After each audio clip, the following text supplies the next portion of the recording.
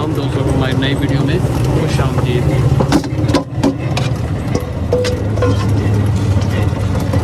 जैसा कि आप देख सकते हैं कि मैं आपको तीनों का तेल बनता हुआ लाइव दिखा रहा हूँ। इसके बहुत से फ़ायदे, मुकम्मल फ़ायदे जानने के लिए आप मेरी यूट्यूब पे अपलोड दूसरी वीडियो देख सकते हैं। मैं आज सिर्फ इस वीडियो में आपको खालिस तीनों का तेल निकलता हुआ दिखाऊँगा। अगर किसी भाई को चाहिए भी हो तो वो हमसे नीचे नंबर दिया गया, उस पर रब्ता कर सकता है। ओरिजिनल हर किस्म का तेल आपको मिलेगा। और ये इसका खालिस तेल निकल रहा है, तीनों का तेल, मीठा तेल जिसको कहते हैं।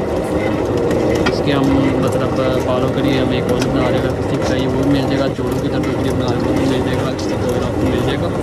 तो ये इधर मशीन है और इसके अंदर ऑयल निकल रहा है।